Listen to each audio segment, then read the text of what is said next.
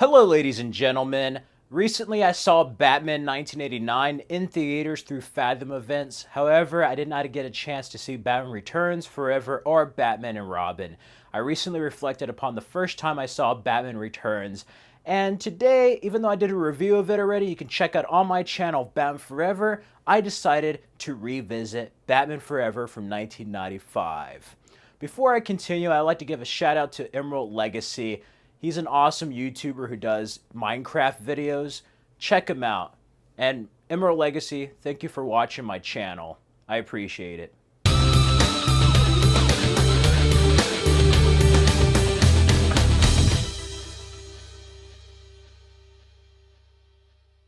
So Batman Forever was the first Batman I saw in cinemas. It was on Father's Day weekend. It was my brother, sister, brother-in-law, my mom and dad, and I loved it. I remember all the promos during the time of like the real game begins. I remember like the Super Nintendo, Sega Genesis games. I remember the McDonald's promos with like the glasses and all the action figures, the toys. I even used to have the Batman Wayne Manor set, the Batmobile. There's a great selection of toys for this film, and I was a huge fan of the Michael Keaton movies as well as the Batman animated series on Fox Kids. And this was a joy seeing in cinemas. I remember running out of the cinema like Batman and Robin. That's right. But I recently saw this at a Master Pancake special at Alamo Drafthouse in Austin, Texas, 6 years ago. So I saw this film recently in theaters. I was spending time with my mother on Mother's Day when this came out. But I just wanted to revisit this film. This film is kind of, in a way, the beginning of the end. It really started with Batman Returns by Tim Burton, but this is where we had Joel Schumacher take the reins from Tim Burton. We also had Michael Keaton offered a chance to reprise the role. He decided to turn it down because he did not like the direction of the character and where he was going. So they ended up recasting. Believe it or not, this is actually not a reboot. This is a sequel. You still have Michael Gough and Pat Hingle play their roles as Alfred and Commissioner Gordon in all films. We also did not have Danny Elfman's score return, and it's crazy because I remember as a kid, I'm like, that's not Batman. I didn't have a concept of actors, but when I saw the Batsuit, I'm like, there's Batman. Speaking of which, this is also a film where they decided to put nipples on the Batsuit. Yeah. Plus, is it just me or does Gotham City look a little different to you? Yes, it went through an overhaul, but there's many things that this film did get right. But it does feel like a dated 90s film. The bat signal's not a beeper, Miss Meridian. That being said, they got Val Kilmer to play Batman Bruce Wayne. He just came off of Tombstone, where he played Doc Holliday, and he actually got the news that he was in Batman when he was filming Ghost in the Darkness, a very underrated film. He was in a Batcave. How's that for fate? We also have Chris O'Donnell as Robin, Nicole Kidman as Dr. Chase Meridian, and let's not forget Jim Carrey as the Riddler and Tommy Lee Jones as Two-Face. We did have Billy D. Williams play the role of Harvey Dent in the '89 film.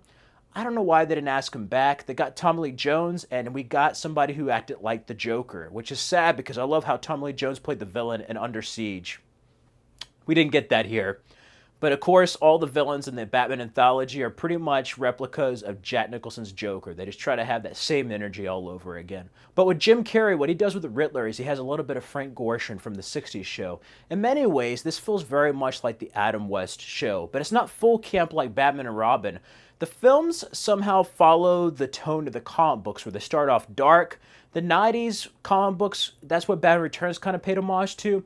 But this one feels more like the '40s comic books. You know, before it got sci-fi in the '50s and before it got camp. It's like in between dark and light. It's funny, Master Pancake one time said on the Alamo Drafthouse special that it feels like a gay goth's funeral.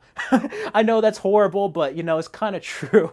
This film is just a mix between Batman and Robin and Batman Returns, and it's just its own unique thing. But I did like how this is the first time we got to see Wayne Enterprises, and it's also the first time Arkham Asylum was in a film. Oh yeah, does anybody know that Happy, aka Jon Favreau, is in this film? That's pretty crazy. Overall, I like how it starts with Two-Face breaking out. There's a deleted scene, of course, that actually had a more graphic breakout from Arkham, but we get to see him, and for a split second, he's perfect as Two-Face.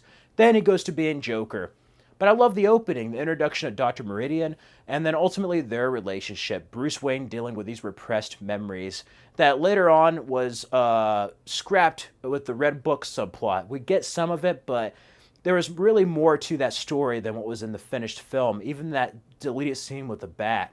I love that stuff. Why did they delete it? That would have really added to the film, I think. But eventually they go see the circus on a date, and that's when the Flying Graysons get killed by Two-Face. So instead of Tony Zuko, we get Two-Face, kind of like Tim Drake's parents, I guess, or his father. But yeah, that scene was crazy because like he says to them like, "Can Batman reveal his identity?" And then Bruce Wayne says like, "Harvey, I'm Batman," and like nobody hears him. Chase is like, "What?" And I'm like, nobody just heard Bruce Wayne yell out loud that he's Batman. Anyway, it's crazy. That being said, I do like the development they take with Edward Nygma. Having the Two-Face character as a villain for the first half and then the team up in the second half is very well done. You know, the sequels always had a duo or like three villains, but this one really balanced it, probably the best out of the three sequels, I think. And I love that. Sugar and Spice. I like their characters, Drew Barrymore, Debbie Mazar. And of course, there's a lot of moments that feel very much like 89 that have that excitement and entertainment. You get Enigma Tech, different things here. And also like the classic nods, whether it's like the costume or like, holy rusted metal Batman. Holy, you know, full of holes. All the way up to the team up, I think is done brilliantly. First time we have Robin in live action in this incarnation. And overall, Batman Forever is kind of a mixed bag. It's one of those films that I think was better in the 90s than it is now, but it does have a special place in my heart. And who could forget the soundtrack? I still own the soundtrack. Hold Me Through My Kiss Me Kill Me by U2, Kiss from a Rose by Seal. Oh man, who could forget Smash It Up by The Offspring? Yes, if I ever see a Batmobile, I'm going to steal it and jam that track really high up in the car. I also like Val Kilmer's performance. He adds a bit more of a dark psychological element to the character with a duality. And also, even though it's a little bit wooden, I do like his Batman, you know. He feels very much like Michael Keaton, especially the part where like Robin's mad at him and he's just like, "It should have been you. If it was you at the circus, it should have been you." He's like, "If Bruce Wayne could have given his life for your parents, he would have." I love that moment. And that final confrontation is so cool with the Batwing, the Batboat, all the way to the very end. That exciting, like, runoff entrance. Very much like a comic book, very much the 60s intro, but originally it was actually supposed to be them on a gargoyle. They didn't get the effects finished in time. That would have been a nice nod to 89. Overall, Batman Forever is a mix between the light and dark of Batman. And even though some may jumble this film with Batman and Robin, I think it's far superior and it has a darker edge than Batman and Robin. Val Kilmer, I think, is one of the most underrated Bruce Wayne Batman. He's like the first person to actually play the role where I actually think, like, yeah, he looks like he could be Batman. Looks like Bruce Wayne. Physically and everything. Very, very underrated. It was also cool seeing him and Michael Gough work together after working together in Top Secret. This film had a lot of promise and was a box office smash at the time. I remember it premiering on HBO. It was after Batman 89, but I remember when this came out on VHS. Yes, I still have the VHS. I love it. It came out on Halloween. I dressed up as Batman for Halloween. My mom got me like a replica of the Sonar outfit. That was so cool. This was the movie of 1995. And yeah, I wish those ears could stay up. They're always like lopsided everywhere. It's crazy, but yeah. Those are just my brief thoughts and memories of Batman Forever. Again, I go more in depth in this film in my review you could check out here on my channel. But yeah, on this 80th anniversary of the Batman, he has had many incarnations and all have shaped the character to the person he is today. So feel free down below, let me know your memories and thoughts of Batman Forever. You can follow me on the Stardust app at Fred Film Fanatic and check out my other two videos going over Batman, Batman Returns, my Batman Forever review, and be sure to subscribe. Till next time.